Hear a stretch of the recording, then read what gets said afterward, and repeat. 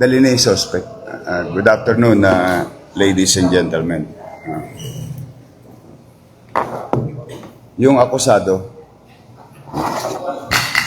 ay, sorry. Okay. Saka yung tatlong siga ng Arten.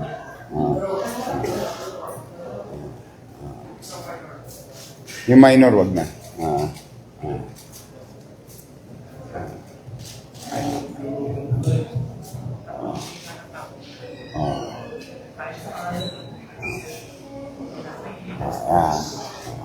Okay.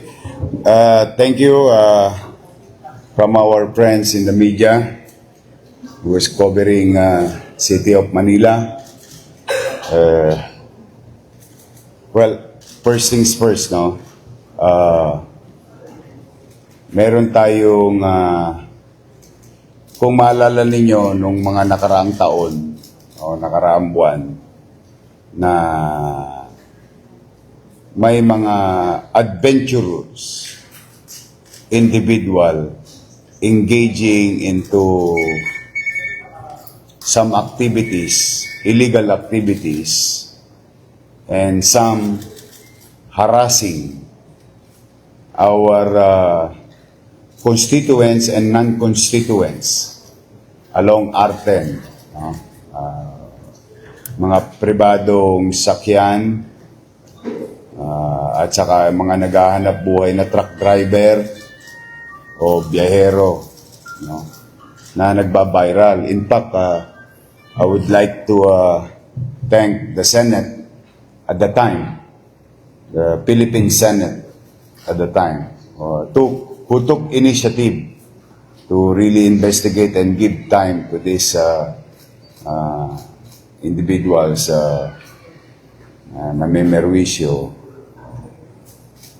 And as you all know, during the command conference in Manila Police District 2 days ago, or yesterday, 2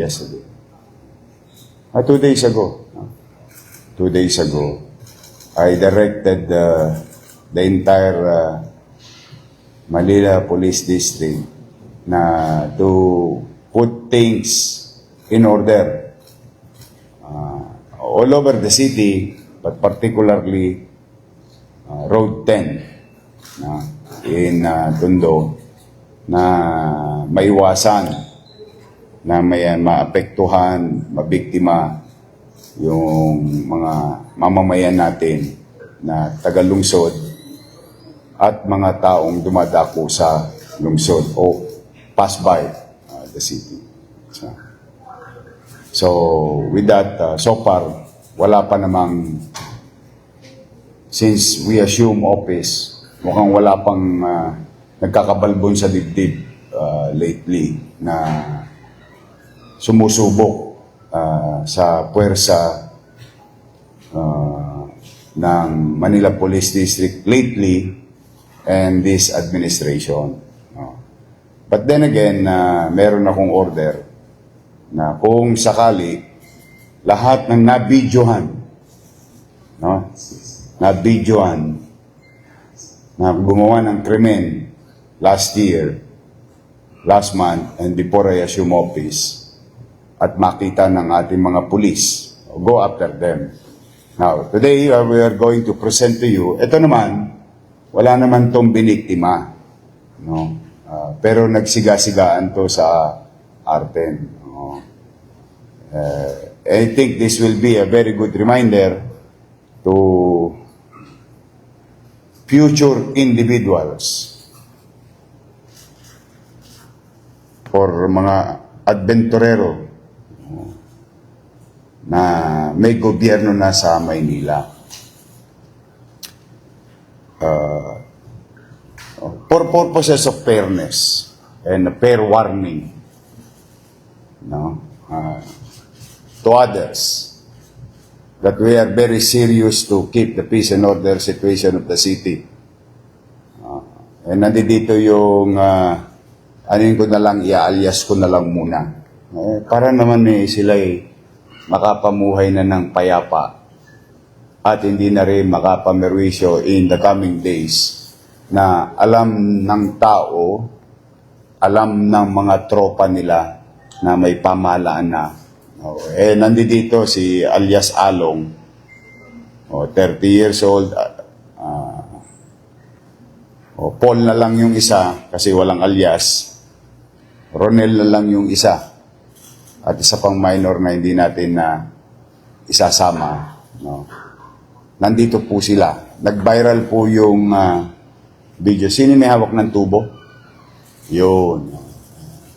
May hawak na tubo yan. No? Sa isang viral na video sa TikTok at mga social media. So today, andyan sila, mga kababayan namin sa lungsod ng Maynila. At saka sa mga membro-membro ng underworld. Nangyari to, ilang panahon na ang nagdaan.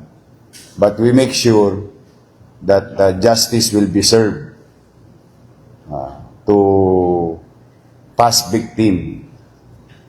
But today, andyan ba mga magulang nito, mga kaanak nito? Ayun, ayan. Nay. Papaluin ko lang sa kamay ito. Muna. Dahil wala naman kaming na-receive na complainant pa, so no charges will be filed against them. We invited them through the effort of SMART and Precinct 1 and 2 and MPD and all other enforcement unit ng Manila Police District. Until somebody will go out there and file a complaint against them, madali naman namin silang makukuha muli.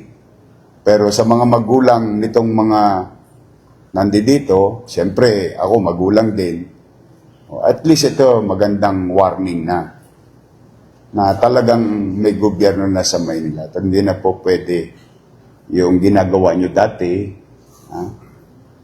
Huwag ka na kayong uulit, kawawa naman yung mga naghanap buhay. Wala ba kayong trabaho ang dalawa? Lapit-lapit nga kayo konti. Hindi naman kayo masyado ipapakita. Wala ba kayong trabaho ang dalawa? Sino 30 sa inyo? 30 anyos. Sino? Ilang taon ka na? 26. Ikaw? 20. Wala kang trabaho. Ikaw may trabaho ka. Good. Anong trabaho mo? Huwag mo na nababagitin yung kumpanya. Anong trabaho mo ngayon? Nagmamano ka sa pier? Batang pier ka. Ba't ka pa dumilihensya sa highway? Nagdadilihensya ba kayo sa highway? Hindi na. O ikaw naman, anong trabaho mo? Nagmamantika sa kapulong. O pag walang mantika, sino minamantika mo? Yung mga driver. Nyumanyangga ka ba? Tumotorotot ka ba? Tigilan mo na yan. Hindi naman po. Gusto mo magkaroon ng pagkakataon na makapaghanap buhay ka ng matino. Pero bawal lang nyumangga. For sure, pagka tines ka namin ngayon, positive. Alamang. Gusto mo bang tumino ang kinabukasan mo? Gusto mo magkatrabaho?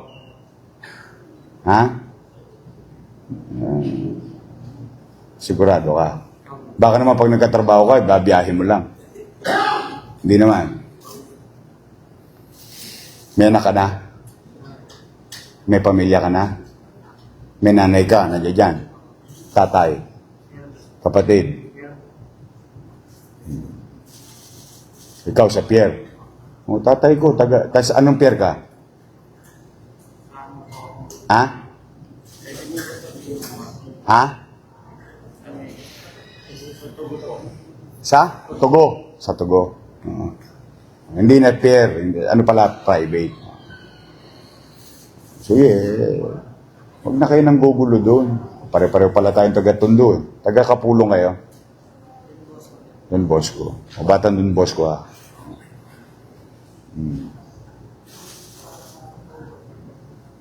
Ayan, dalawa.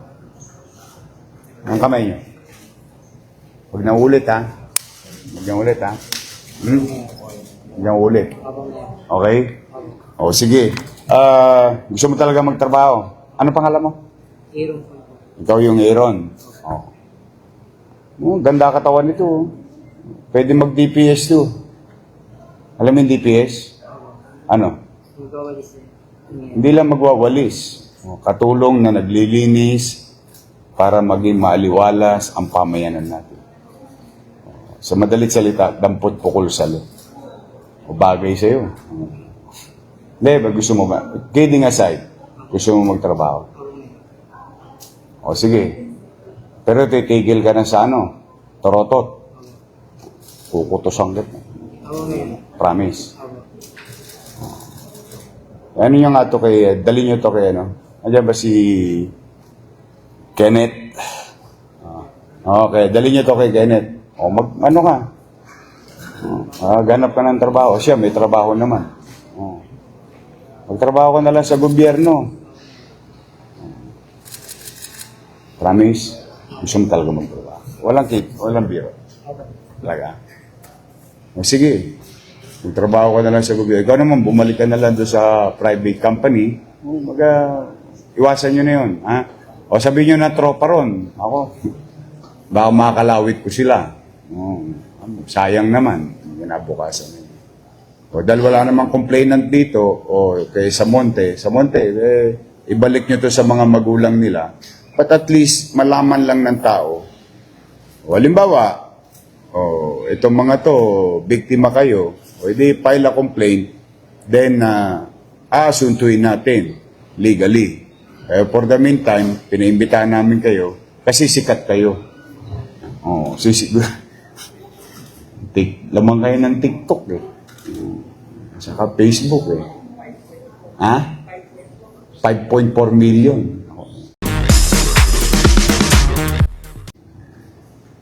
Mga magulang, huwag na kayong mag-alala. Ha? Huwag nyo na ipakita sa TV yung magulang. Ayoko naman kayong bibigyan ng kaiyan. Ang kasalanan ni Pedro ay kasalanan ni Juan. Hindi naman. Alam mo naman niya, siyempre, naawa din naman ako. Baka pagdating sa Facebook, saka TikTok, kayo naman ang mabas. Sige. Ngayon, ang gagawin mo, ewan ko kung nasa kalsada ngayon si Kenneth alamin nyo na lang kung nandyan si Director Kenneth, kailangan namin ng malalakas ang katawan para maghakot ng basura. Hindi naman basura, like basurero tayo. Bagay, ayaw mo ba yun? Kahit basurero ka, pwede ka maging mayor? Totoo naman. Sayang eh. Ganda ng katawan mo. Magtrabaho ka sa gobyerno, ngayon, taong gobyerno ka na. Mas maganda para sa dalhin to kay Kenneth today. Ha? Pero simula ngayon, kasi pag tinest naman kita, talaga magpa-positive ka. Most likely, dahil sabi mo, tumotorot. Kailan ka huling bumiyahe? Nakaraang linggo. O di sariwa pa sa dugo mo yun. O paglabas ng ihi mo, malamang. May methamphetamine pa dyan. Pero, I'll give you a chance. I just wanted to be just. Mabuti naman, nag-cooperate kayo ngayon. Na inimbitahan kayo ng polis. Tigilan nyo. Chief of Staff, Cesar, dalhin to kay Kenneth Smart. O, entrego nyo to sa magulang nila. Buo nyo nakuha, buo nyo isoli sa magulang. Yung magulang, Toits, ni Aaron, dalhin sa opisina ni Kenneth, o mag-apply ka na ngayon. Kasi hiring kami ng mga ilang tao Hindi lang kami makapag-hire ng bulto-bulto kasi wala pa kaming tsape. Pero meron kaming kailangang physical o mga individual na willing maghanap buhay, magtrabaho. Kasi kailangan namin talaga maglinis sa Maynila. Wala nang basura sa kanto, no? Sa Kapulong. Ubus na, no? Ubus na. Tambak kasi doon isang linggo, di ba? Ngayon, malinis sa Kapulong. Opo. Nung isang gabi kasi, dumaan ako sa Kapulong, marami pa eh. Ngayon, wala na. Sige, mag-iingat kayo. Basta mahal kayo ng gobyerno. Sa totoo lang, mahal kayo ng gobyerno. Ano lang talaga na, hindi naman po pwede yung may mapeperwisyo. Ha? Pakis nga. O konyat na lang. Hindi na. Sige, ingat kayo. Ha? Sa magulang, ha? Pasensya na kayo. Nandun sa mga magulang. Nay, pasensya na kayo, naabala kayo. Mas maigi ng ganito to kaysa makalawit sa kalsada to. Ha? Sige. Dalhin kay Kenneth yung isa. Papunta na siya. Papilapin ng biodata ng gobyerno. Magtrabaho yung isa. Yung isa may trabaho. Di nabawasan nyo pa yung...